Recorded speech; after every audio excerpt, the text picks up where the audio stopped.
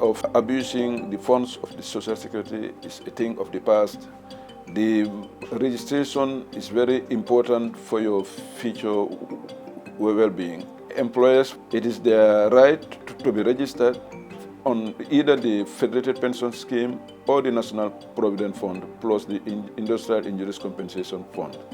And also, when you have that, in peace of mind, you own a plot, with Social Security, and then, they will build, a sizable houses, and then today, most civil servants are living with their families, on these mortgages. So that's how, we are able to improve the lives of Gambians. Apart from the central bank, the Social Security is the biggest financial institution in the Gambia. The Social Security and Housing Finance Corporation has contributed a lot to the economic advancement of this country.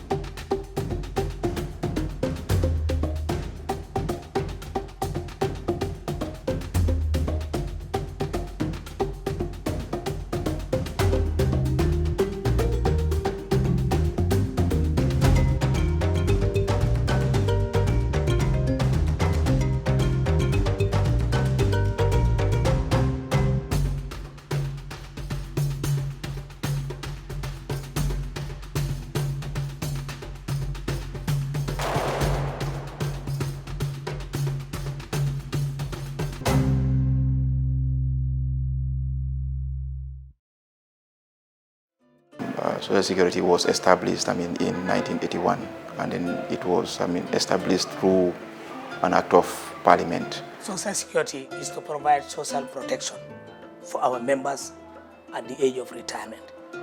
That is the benefit, the idea of establishing Social Security and Housing Finance Corporation. Because like what they realized was, during there was a pension scheme called the 1950 Federated Pension Scheme for civil service. Now later the government realized that there is what about those who are working on the private? They are not covered under this 1950 scheme. How can we include them so that they can also, benefit something at the age of retirement? That in fact came up with the idea of establishing Social Security and Housing Finance Corporation. So there was an act of Parliament which was enacted in 1981, but it came into force in January 1982, so that it can cover those working at the private enterprise, so that at the time of their retirement, at the age of 60, you understand, they have to get something that they can rely on, you understand, to provide social protection for them. So that was the reason why it was supposed to be when you retire at the age of 60. But later there was a problem in 1985 when there was this redundancy, mass redundancy. They have to come up with, a service called, the benefit called redundancy benefit. So that those who are redundant, because of the ERP, something like the Economic Recovery Program, a lot of people were redundant, so that they'll be able to pay them something to protect their to provide social protection for them. The mandate of the Social Security and Housing Finance Corporation is guided by the SSHFC Act of 2015, which mandates us to provide social security to the membership. How do we provide social security to the membership? It is through separate funds. The first fund is the Federated Pension Scheme. That is where most state-owned enterprises, staff members contribute through, where you contribute, the employer contributes 15% of the employee's gross earnings. That is the Federated Pension Scheme. Then we also have the National Provident Fund, where all private sector employers register, wherein they contribute 10% of each employee's earnings, and then the employee will contribute 5%, making a 15% of the basic salary of each employee. That's the National Provident Fund. Then you have the Industrial Injuries Compensation Fund, wherein each employer contributes $15 is maximum amount per employee for industrial injuries that employees have during work. So those are the three funds. However, we also have a housing fund where we are required to provide affordable housing to the general populace. So that's our mandate as far as social security is concerned. Because all these schemes we run here, there is the Housing Finance Fund, the National Provident Fund, and the Pension Scheme, the Housing Finance Fund as well. So stakeholders, the customer needs to know how we function as an organization. And that is what our focus is mainly on. We create a media plan and we come up with the communication strategy, which a document we have developed, the communication strategy, which is mainly categorizing our members or customers into various groups. And each of these groups are targeted differently because they all have different characteristics. And so this strategy is there, and our media team follows this strategy, ensuring that our target approach is very successful in what we do. So these are some of what we have in place, some of the approach we take currently to communicate. I'm the Director of Research and Policy Planning, and the main mandate of that department is to ensure that all registrable employees within the country are registered in the formal sector. For now, at the end of every 3 years, we are required to do evaluation of the schemes. That is the National Provident Fund and the Fidelity Pension Scheme. So every 3 years, that valuation is done. So basically, these are the areas that we normally handle as a mandate of that department. Complaint could be received via the social media platform. For example, Facebook. The communication unit normally manages the social media platform and all the communication channels on mode. So customers, during our interaction with them on these platforms, or they may lodge a complaint or raise concerns. And that is documented. We have a complaint log where it is documented.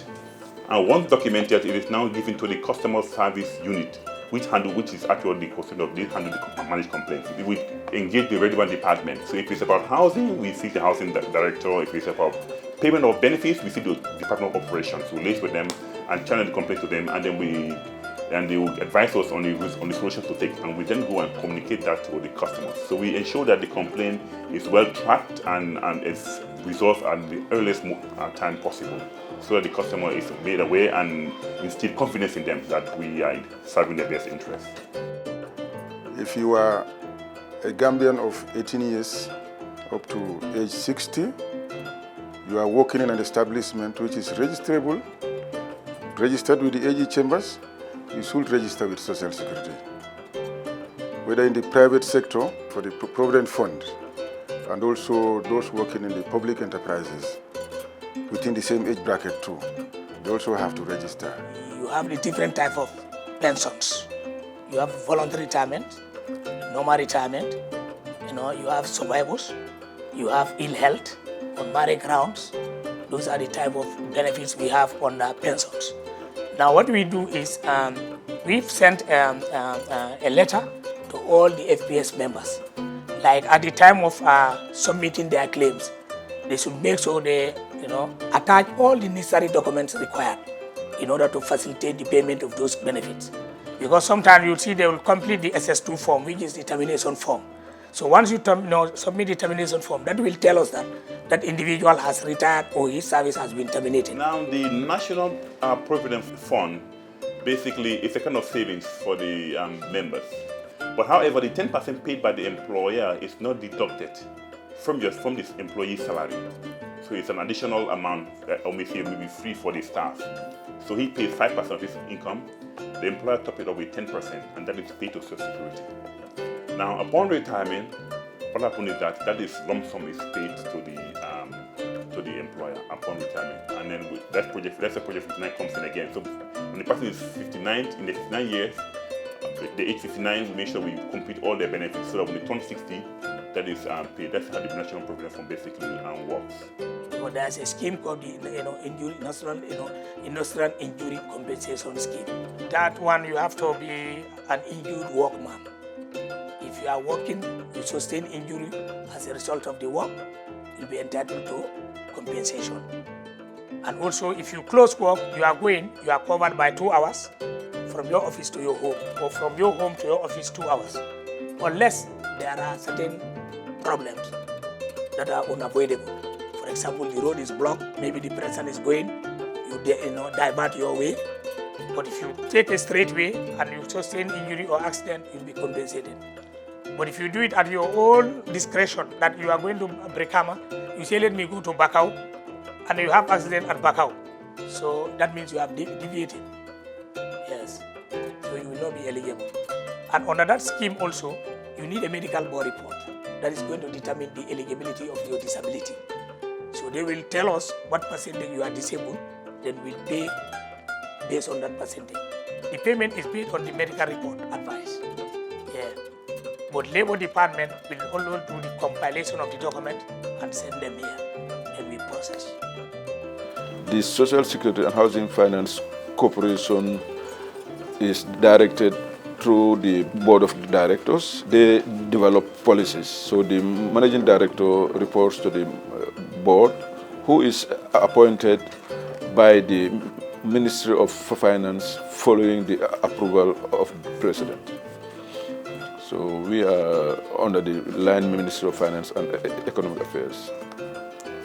The membership of the board, you have the chairman who is appointed by the President, but the others are through their various membership. You have a representative of the Federated Pension Scheme, appointed by the Federation Pension members.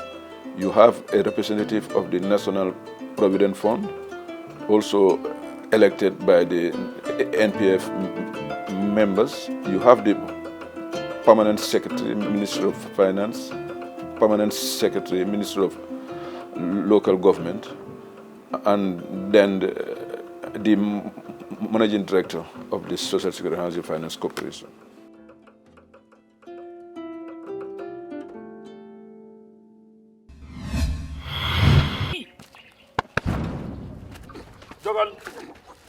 kër ga ma la doon jaayloo kër ga jar na xam ne démb rek barki démb rek am na ku ma kool di ma laaj ndax jar na am de waaw yow wutal ma client wutal la client xam naa client jaay naa ko kay wax dëgg yàlla sant yàlla la ma mbëri nag waa jox ma suma wàll junne ba ma xamee loon jël ko balaa nga may junne nag waaw da ngay fay bor ba pare man dama xameel kenn bor amee loo kenn bor mukk kan la amee bor xamuloo kër googu ñuy wax jiyaare waaw dama koy dégg fi ñuy fayee taxi yeeg yooyu fi ñuy fayee naamu dama koy dégg rek mu ngoog dafa am nag ci biir taxi yi lu ñuy ooyee capital gains tax muy capital gains tax waaw kay capital gains tax boobu yow moom war nga koo fay fi mu nekk nii man ma jaay kër ga xanaa ka ma ko jaay koy fay kay mu ngoog xam nga kan moo ko war a fay bu fekkee da nga am empty land boo xam ne yaa ko moomal sa bopp boo ko jaayee moo xam nu xaalis ba toll da nga cee war a génnee tax fay ko jaaree dama ciy génne taxi fay ko muy bi maanaam li ma ko jaayee laay dank yëpp ñëw jox leen jaaree jël leen déedéet doo ko defee noonu waaye dafa am pourcentage buñ ciy jël dafa des nag ci xaalis bi ni mu toll ñu génnee ci mun ngaa fay sax 5% wala 15%. ma naa fay juróom waaw wala fukk ak juróom waaw kay bu fekkee yow kenn la waaye bu fekkee compagnie moo ko jaay waaw moo xam kër gi empty land la waaw wala dafa am taax ci biir waaw bu fekkee compagnie ko jaay mun naa fay 10% wala sax 25%. ma fay ji fukk wala fukk ak juróom waaw bu fekkee compagnie noonu la loolu mooy capital gains tax te nag du land rek ak yeneen yi mel ni moom yëpp te xam nga loolu fay ko li tax mu am solo dafay dimbale réew mi gis nga agriculture bi waaw njàngum xale yi waaw tali bii hospital bi yooyu yëpp dafa bokk ci loo xam ne government bi daf koo war a def nga gis ci sa bopp yow léegi bi maanaam fu mu ne nii may waxee yow fii laa defee bëreet dootuma jaar kër ga de nii laay jaar dem jaar yi yéen ñii di ma seetaan ak man mii di wax ak yéen daw leen gaaw ngeen fay seen capital gains tax ci makaani jaaree bu leen gën a jege ndax loolu mooy doole réew mi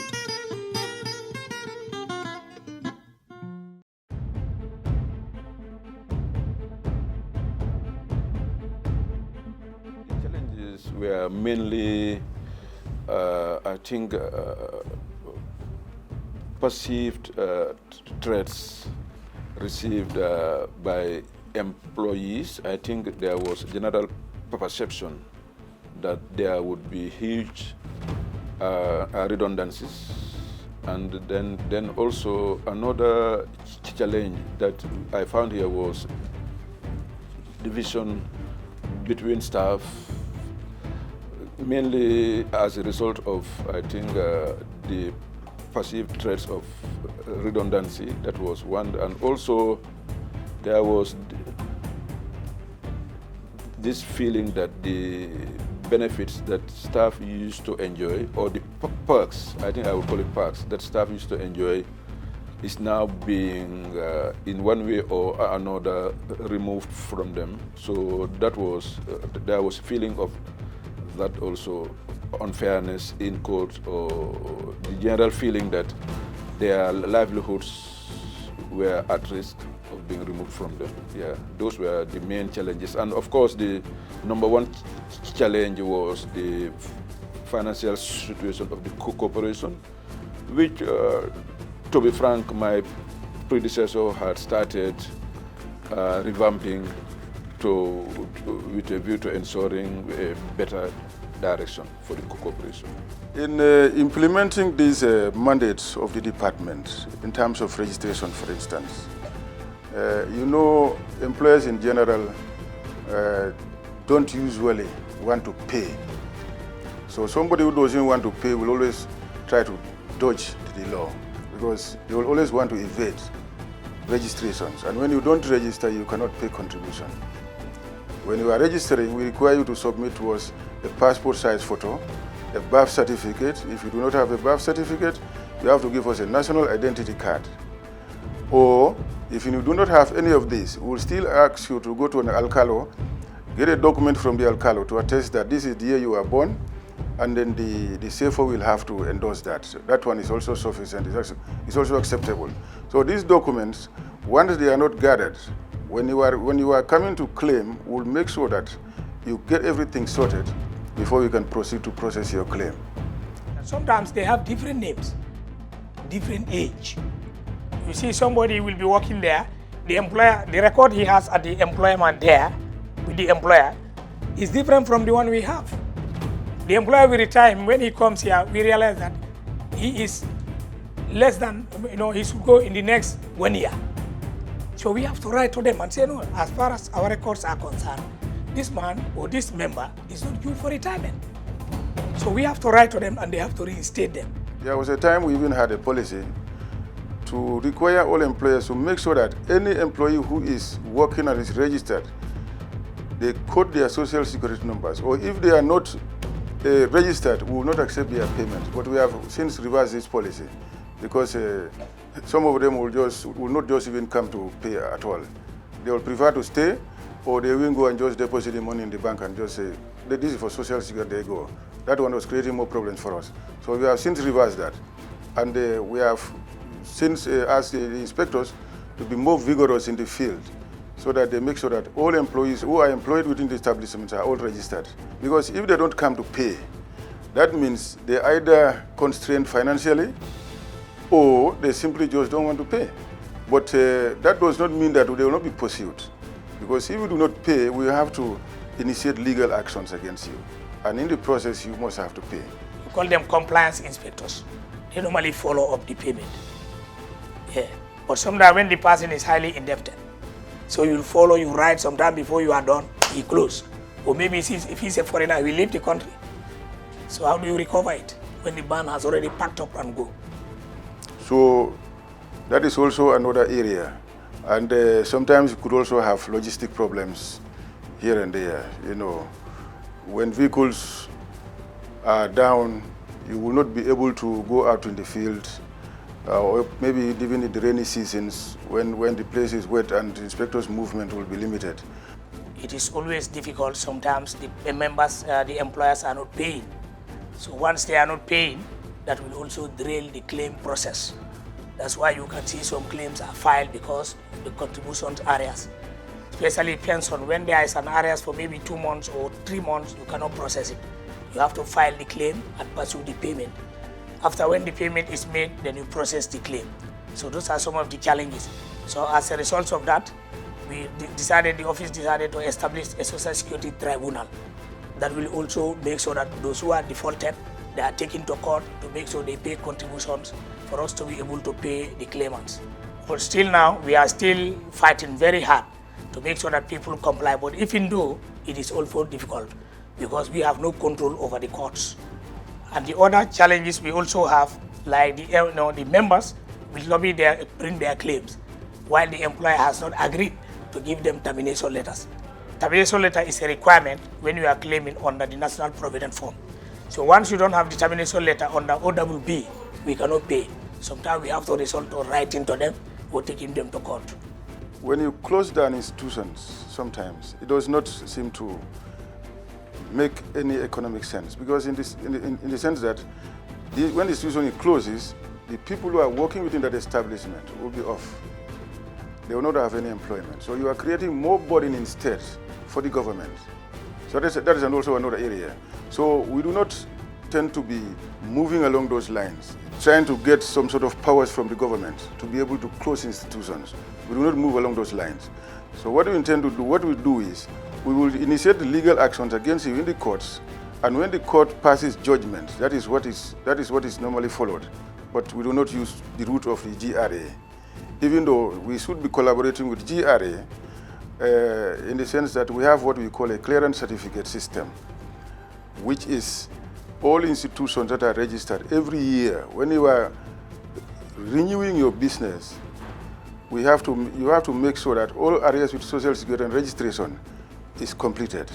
But for them to implement that, they will say they have targets to meet. They cannot do that for us. So the clearance system is not a strong system. You understand? That is why it is difficult for us to follow the path of GRA. We can equally require government to give us the powers to be able to close institutions, but we are not working along those paths. We have a regional office that is at Basse, but for them, they can only receive the claim and send it here. But the process of benefit is not decentralized. It's centralized. It's done in the headquarters here. So let's maybe in future management will think of it and then try to decentralize the service. So that is also another challenge we have for people in the provinces. Normally, the projects are intended for people who need the house. There is the need, what we call the need and the affordability. So that is why they subject them to interview, whether you have already housed or you are not yet housed. The mode of payment, the period of payment is very long, maybe 8 years, over 8 years. So over 8 years you pay on mortgage, and some people, if you need to pay that mortgage, is a problem, but they need it. So those are the people you see they cannot apply because they will think of how to get it, how to get the money to pay. So these are the problems. Some people also are rejected. They will think, no, I'm rejected because they are not fair. Probably they look at your earnings because you have to tell us. If they are not convinced that you'll be able to sustain the mortgage, there's no need for them to give you.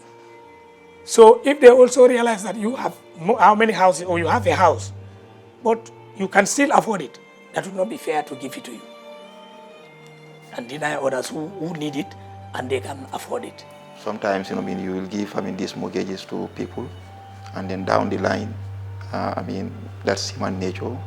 Some people will default, maybe circumstances beyond their control. We are still grappling, with that challenge to see how best we can overcome it, but it's very, very difficult. So these are challenges.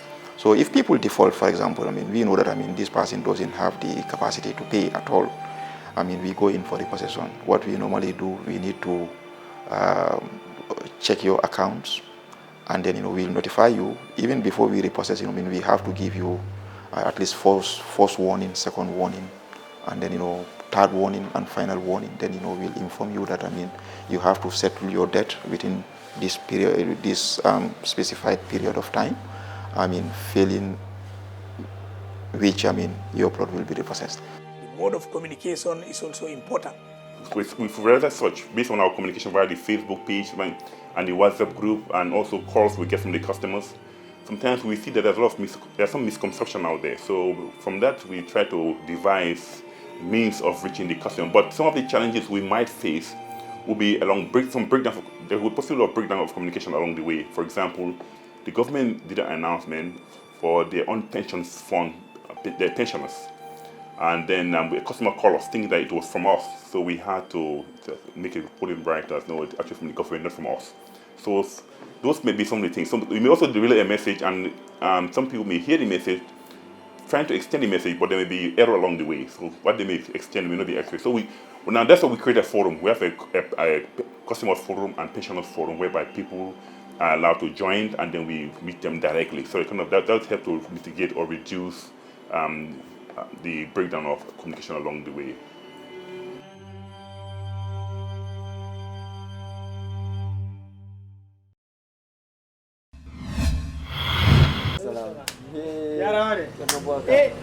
Mira jamna. Where ma?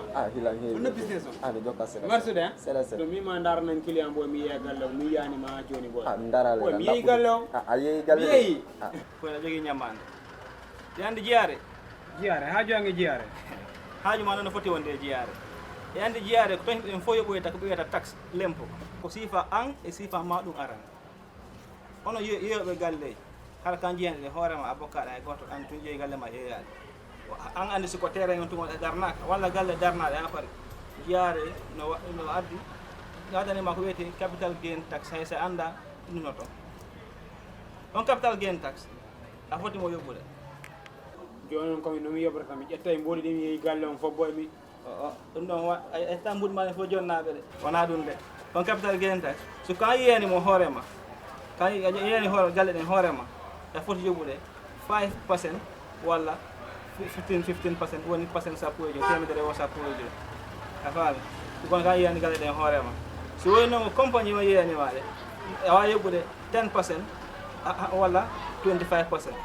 ɗum noon no heddi e mbuuɗino ko yeeyiɗa galle ɗen ko no wondi e naforuji heewɗi kono fimi haalnama tun seeɗa o taxe o woni dépense laamu ngu on taxe ɗo yettata ɓe yoɓa police aɓe ɓe yoɓa faya service ɗon ɓen ka moƴƴina tali ɗi laawi ɗi ɗon ɓe moƴƴinita ɓe leɓetaji ɗi yoɓata jannoɓe ko école ji ɗin taxe ji ɓe yoɓirta ay nde wonde ɗon ndungu si ari ɗon roɓɓen ko marché ji ɓe tampa ha fi loope ɗen ƴetta ni mbuɗi ka yettata ko moƴƴina marché ɗo mi sanga andude après tampere o tampere ala ɗum ko ɓuuri yomɓude jiyaare place ji maɓɓe ɗum no heewi ɗo joni mi yahi mi hewta e jiyaare ni hono musidɓe a kala mo annduɗa ko jibbinan ndi leydi walla jooɗiɗen ndi leydi a waɗi wakkilade yoɓa koko ɓe wiyata taxe ko nafoore mum ko nafoore an Gambia yaara yeeso.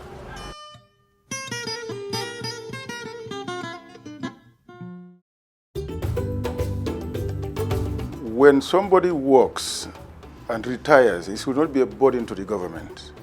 So social protection comes to reduce that burden on the government. Because when you retire, you are given a pension at the end of every month. You are some sort of, reducing the burden from the government. Or you are paid a lump sum, you can go and start some sort of a business, at least for the rest of your life. But if this doesn't happen, it's going to be more difficult on the government to be able to support all these families, because you have to build all homes for all people, and you cannot do all these things. But if they have a pension, the little they gather, if even it's a lump sum, they can build some mud house, at least go and stay there.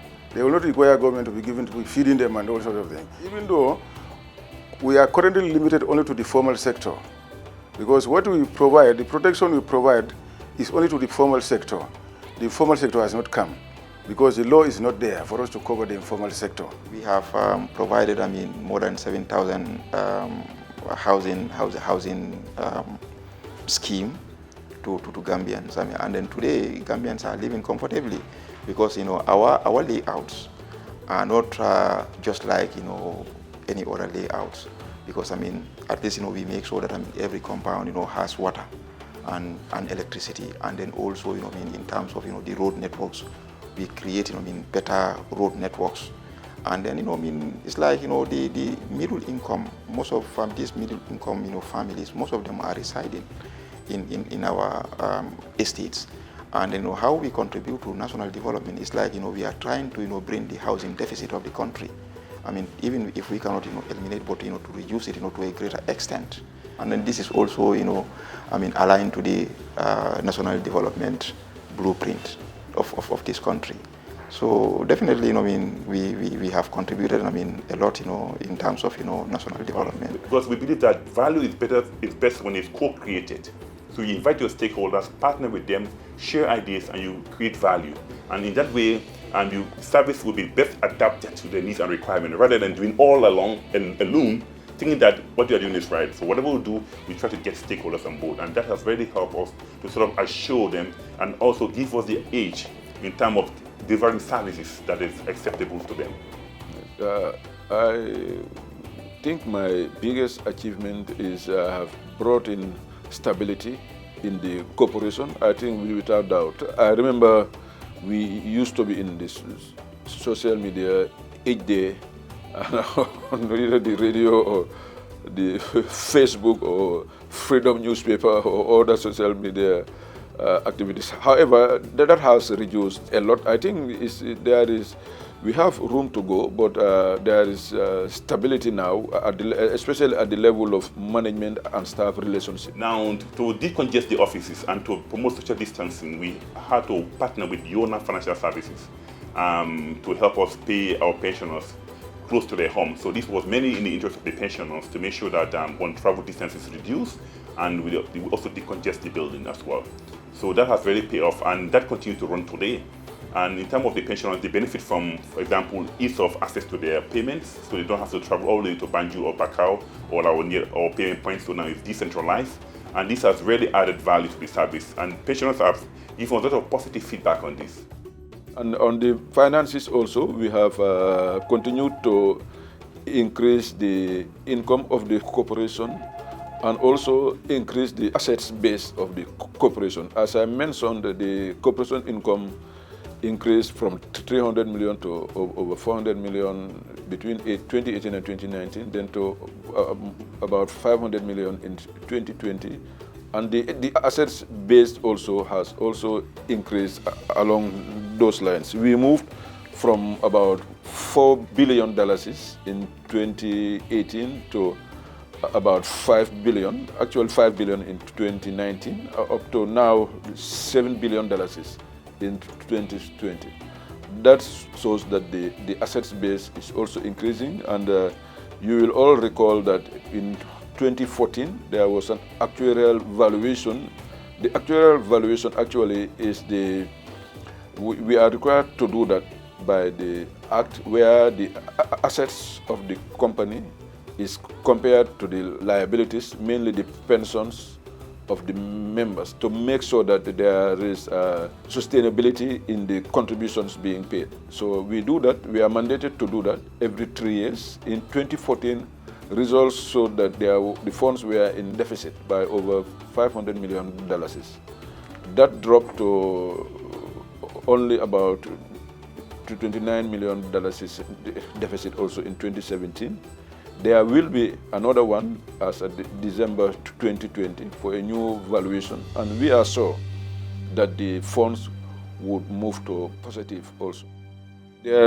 Most of the income comes through contributions made by members in the various funds, as I explained, the Industrial Injuries Compensation Fund, the National Provident Fund, mostly private sector employers, and the Federated Pension Scheme for the state-owned enterprises mostly. That is one form, but however, a major contribution of our income is also through the investments that we make. You should know that apart from the central bank, the Social Security is the biggest financial institution in the Gambia. So we have investments in banks and the shares in banks. We also have investments in treasury bills. We hold billions of dollars in treasury bills. We also hold billions in the bonds. So those are all yield earning investments. So it's not only through contributions, but we also have returns through our investments in equity and debt. Equity are the investments through shares, whereas debt are the investments that we make through bonds and other investments like treasury bills. We are guided by our principles, and we have a board of directors who would approve any major investments that we are making. We have both an investment unit in-house to appraise the investments to be made, checking the returns for those investments and how secure are those investments to be made. After the investment unit clears it, then the board of directors would review the case and then give approval for any major investment. Yes, I think for the GTSC and the Ozone Bay hotels and the Sun Beach Hotel, they are 100% owned equity investments of the Social Security and Housing Finance Corporation. We want to support government in the infrastructure development of the country, so our investment in GTSC to improve on the transportation infrastructure is one of that. The support in infrastructure as far as hotels are concerned is the Ozone Bay Hotel and the Sun Beach Hotel. However, I'm sure the GNPC explanation made was the investment in Gambia Food and Feeds Industries. That one was made jointly with GNPC and the Gambia Ports Authority. Although the Social Security is the majority shareholder, and for the Gambia Food and Feeds Industries, the investment is to improve on the agricultural value chain. It's for both rice production and a feed mill facility. It is at Kamalo on the Banjul-Serekunda Highway. So we are working on re-engineering the place, improving on the infrastructure, and but being led by private sector operators, so that we as equity investors would leave it to the private sector to build, operate, and hand back to the shareholders. We make investments in projects where we have adequate returns. The funds are not the government funds. The funds are owned by the members of the Social Security. So whatever investments we make have to give us returns. And not only the returns, but we also need the security of those investments. Because if you make investments and you have returns of, let's say, 20%, but you lose your original equity invested, that is of no use. So you should get your equity, should be maintained, the equity invested, and you have returns on top of that. So wherever investments are made, that is what we look for. So in case of road projects, for example, how Social Security can support that project would be through infrastructure bonds, which we are currently participating in. Government would make a request for hundreds of millions of dollars through the central bank infrastructure bond or treasury bill investments when they need more monies. So through those investments of ours, they can use those monies to improve on the national infrastructure. But we do not invest directly in road construction, for example. It can be done through infrastructure bonds, through the central bank, which we participate with any other institution, private sector. That's how these investments are made. Now, Social Security is it's a very major institution in the country in terms of national development, because one, Social Security is very central. And if you look at the NDP, the National Development Plan, you see that Social Security and social protection is a key component. And then what we do, all our functions, primarily is about offering social protection to the members. You see, and look at infrastructure-wise as well. The NDP talk of infrastructure. But we also have, as I say, we're the largest real estate institution in the country. So far, we build a lot of infrastructure. We also, GTSC, which is the largest road transport company in the country, is owned by Social Security as well. So, and they have the largest road infrastructure as well, which is also part of the, and most of the investment, if you track the investment, you see that Social Security has done a lot for GTSC. Ozone Bay as well, again, owned by Social Security, and we have investment in a lot of other key institutions.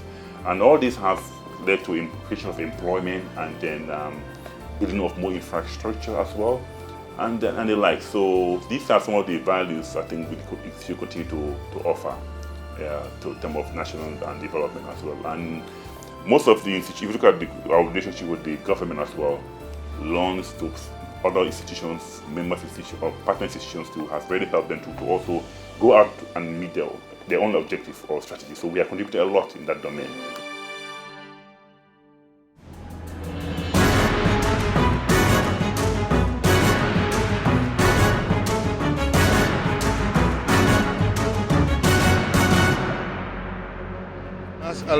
Haji Aksigai. I'm a senior citizen. I've worked for this country for a long time. I've been a Minister of State twice, Youth and Sports, Fisheries and Water Resources. I've been in the diplomatic service, which I'm retired of, being an ambassador in Guinea-Bissau, an ambassador in Sierra Leone, in Banjul, in Addis. I've been going around looking at what is happening with this voter registration, and I've been talking to Gambians that this is their franchise. Being an NPP, being a UDP, being a PPP, whatever, this is your right. The next day, which is the 4th of December, that's the day you will stand to use your card. But everybody should have a card. Every 18 has to have a card, a Gambian I mean, not a non-Gambian. Where you'll want to put your card on this 4th is your business. But make sure you get your card. Let everybody come out and register.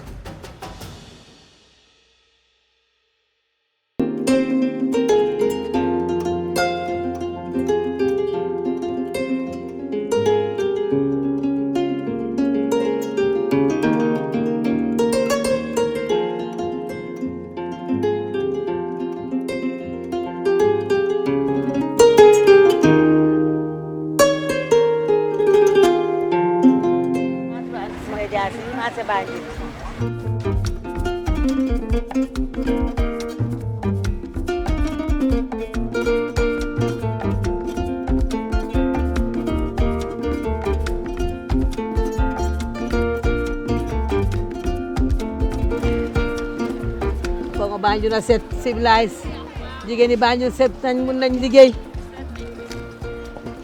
mun nañ seen liggéey jigéen ñi Banjul yi mun nañ seen liggéey set nañ ci liggéey képp xam ne yaa ngi dem bitim réew fi ngay utee koŋ Banjul fii mata rek la ñoo lakkee ni mata maa ngi liggéey Banjul ëpp naa 5 years fii de maa ngi jaay ci koŋ waaw ci koŋ bi rek laa yëngu ma si dara lu koŋ bi maa ngi koy jënd bu tooy bi ma tàngal ndox ñu dugal ko ci ndox mu tànga ñu xoos ko maa suma ñaari doom yi jigéen waaw wax ne ma lakka ko ma ñëw door a indi ko ci marché bi jaay ko na xaar client yi baax yi nag ñu may fekka si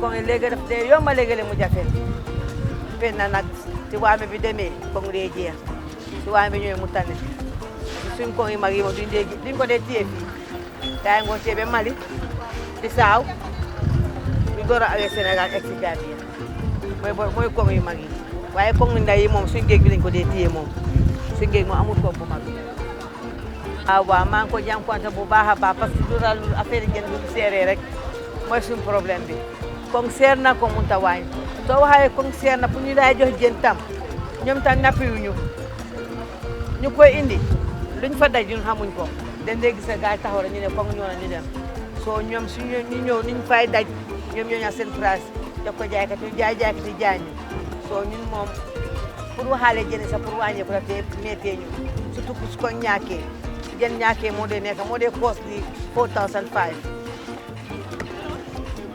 waaw su ko ñàkkee moo dee cost 4007 waaye su paree yaa ngi ko am 35 tegal ma muy 37 soo gisee ma dugg si business koŋ bi su ma dugg si business koŋ bi suma mag bu jigéen ku ma bokkan Njaay Baay moo nekkoon ci liggéey bi yàlla def na jëkkëram génn àddina mu daal indi ma pour ma bokkaa moom ma liggéey ci diggante googu na ci 5 years boobu suma mag yàlla joo jàpp ko moom itam mu feebar bàyyi ma njabootam yëpp maa amee njaboot yi maa leen di fayal school maa leen di jox dépense maa def lu nekk daa maa nekk sa kër ga di leen toppatoo ba fuñ toll nii am nañu mag am nañu am jëkkër waaw sëyeguñ na waaye am ñu bari am nañu jëkkër foofu nag ñaar xale ji benn xale jigéen sëy nañ waaw ma gis na toog naa amul benn njëriñ ñu jàppoo nag man ma téye si wàllu waaw waaw dama dee coono bi fa nekk mun ma ko wax sax parce que 5 o'clock dama dee fekk si circle kaay 5 dama dee fekk si jël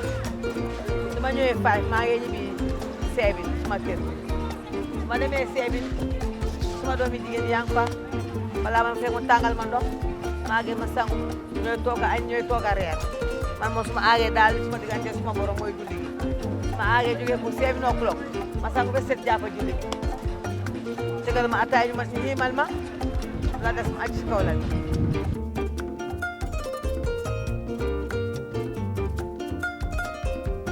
maa ngi leen ñoom tey maa ngi leen di gërëm di leen sant suma doom yi mag yaa ngi fa suma doom bu jee bu tukkee sax suma doom yi mag yi ñoo may jàpp ñoo def loolu yëpp balaa maa ñëw dëgg yàlla waaw man tey suma mbokki jigéen li ma di wax képp ko xam ne am nga foo yëngoo na nga génn test naxut kenn test dafa baax jigéen nga jaay sa malaan nga enu sa bool nga ñëw jaay moo ko gën xam naa ne boo génnoon sax nga ñëw si tefes bi tey sax xamoo fa kenn sax nga taw ku mel ni man sax mbaa nga daje ku gën man ne ko dama bëgg a dimbal ba lii laa bëgg a def te ñu yërmande mu daw mu boole la nit mu jox la mbaa nga jëlee sa forin sax dem sa fish pie dina jar dem sa pancake dina jar moo nga toog si kër gi samba roma nga ñaan ko pate roma nga ñaan ko ëllëg ñu toogee la ko amul benn njëriñ jigéen yëpp maa ngi leen di ñaan ñu génn ay pour test jaay am fu ñoo liggéey di def ko fu amul liggéey office am nga liggéey loo war a def lu leneen. Get correct and accurate information as far as the vaccine is concerned or COVID-19 is concerned is you have to make sure that you get it from the people who are responsible in the response. That is from WHO, who are leading the global response efforts, and through their websites. That means they are accurate websites for that matter. If you need sources, or when it is locally, you have to also get the information from your Minister of Health, which in the case of the Gambia, our own Minister of Health, and through that, when it comes to information, that is through the Directorate of Health Promotion and Education, and when it comes to the field workers, that is through the communication, health communication unit, the unit that I belong to and I work for.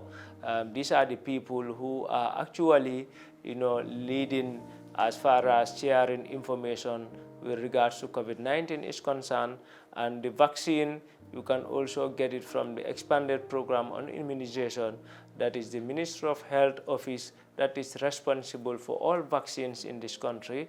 And since 1979, they have been vaccinating people in the country. So if you need any information with regards to the COVID-19 vaccine also, you can reach out to the EPI, that is the expanded program on immunization in the Gambia, which are also housed in this medical and health complex here in Kotu, Central Medical Stores. These are the people who you can get accurate and correct and timely information from. And we also have a website, that is the Ministry of Health, the Gambia, and we also have a Facebook page, that is the Ministry of Health, the Gambia. We have Twitter, we even have YouTube and other platforms, WhatsApp platforms that we are using to make sure that information is accessible by the people, especially in this period of the COVID-19 pandemic.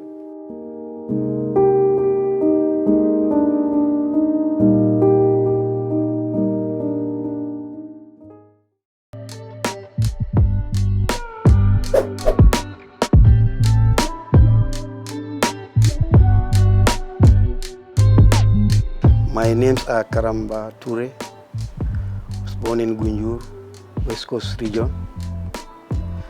Of course, in those days, there's no birth certificate. As I said, I have an official birth date, but I'm not even really sure whether that's the correct date.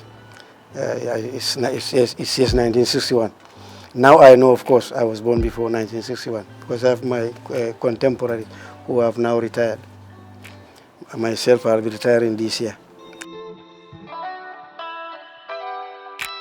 I was born in Gunjur, went to Gunjur Primary School, Gunjur Secondary School, then Armitage High School.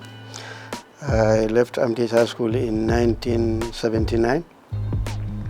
In those days, there was this civil service entrance examination that I took and went to clerical school, which is now converted to GTTI. after clerical school, then people don't look for jobs. It's the job that's looking for people, really. After clerical school, I was posted to audit as a clerk.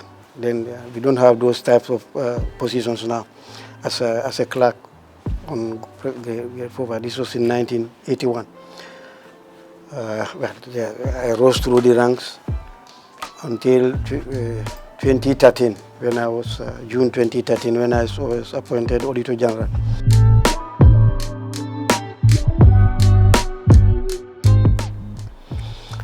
In education background, like I said, after I left my school and joined this audit, I did my master's in audit management and consultancy at the University of Birmingham, 2002-2003.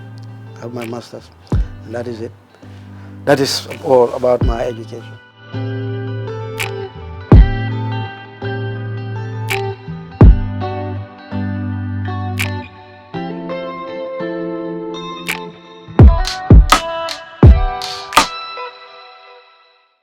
National Assembly and the National Audit Office are the two sides of the same coin.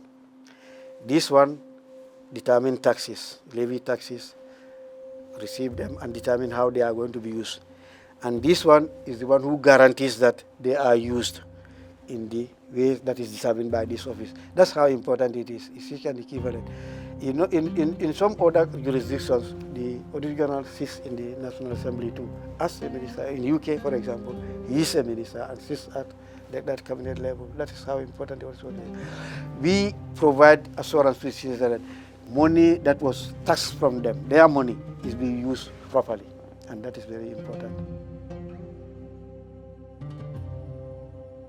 It is very wide, because it says every government authority, every government institution should be audited by me.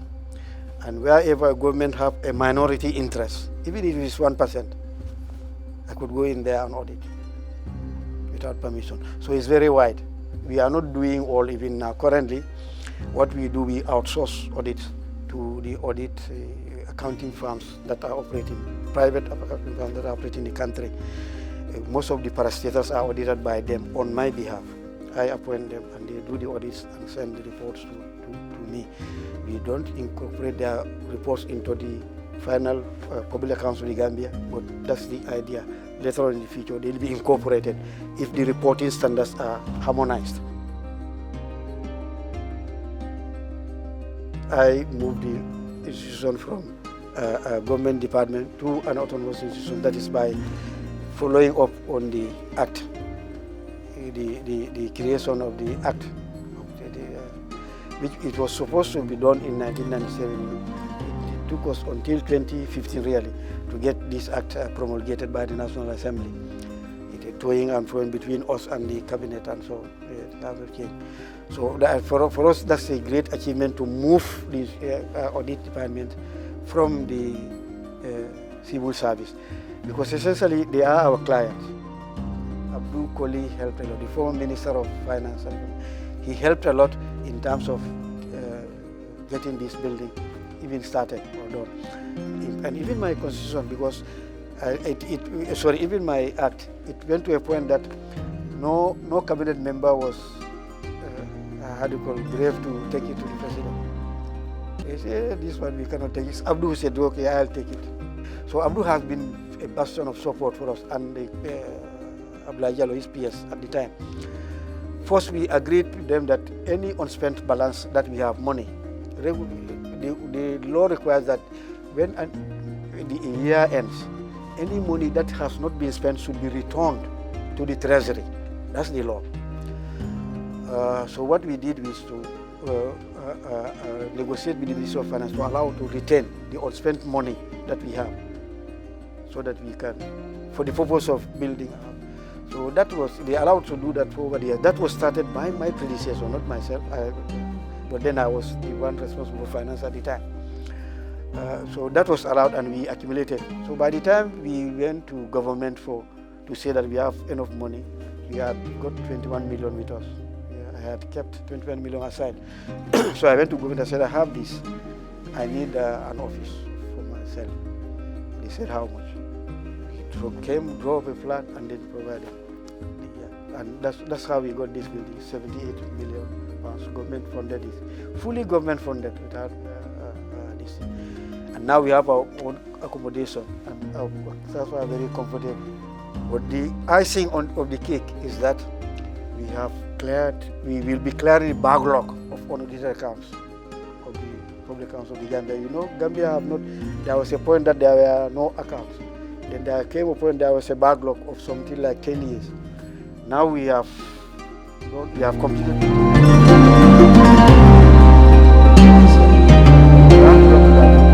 Thank